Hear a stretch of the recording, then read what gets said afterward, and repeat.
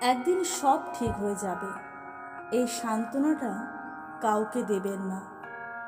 বরং বলবেন, শক্ত হও, তোমার সামনে আরও কঠিন পরিস্থিতি আসতে পারে।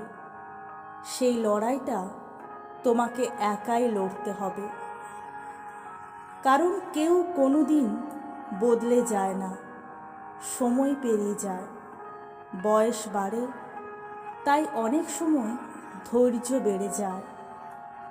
বলতে পারেন একটা অভ্যাস হয়ে যায়। আপনি যতই ভালোবাসা দেন, কারো স্বভাব আপনি বদলাতে পারবেন না। শুধু সময় অনুসারে তাদের স্বার্থ অনুযায়ী আপনার সাথে ভালো ব্যবহার করবে।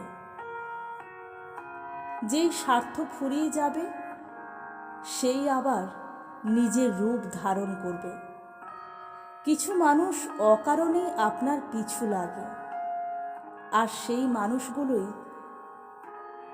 হচ্ছে আপনার খুব কাছের মানুষ। তাদের ব্যবহার এতটাই খারাপ হয় যে আপনি অন্য কাউকে বলতে লজ্জা করবেন, অথচ সেই মানুষগুলোর কোনো অনুশোচনা থাকে না। পৃথিবীর সব কিছু বদলে যাবে, কিন্তু সেই মানুষগুলোর স্বভাবের কোনো পরিবর্তন হবে না। আপনি একটু ভালো থাকলেই শুরু হয়ে যাবে তাদের পিছু লাগা। আপনার ভালো কিছুতেই তারা দেখতে পারবে না। আপনার জীবনটাকে দুর্বিষহ করে তুলবে। অনেক সময় আপনি চুপ করে সহ্য করে যাবেন, তার প্রতিবাদ করলেই চূড়ান্ত অশান্তি। কেউ কোনো দিন বদলায় না, আর বদলাবেও না। যার যা স্বভাব, তার তাই থাকবে।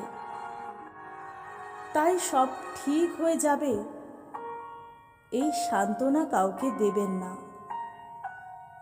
সব ঠিক হয়ে যাবে এর আশায় হাজার হাজার জ্যান্ত লাশ বেঁচে আছে।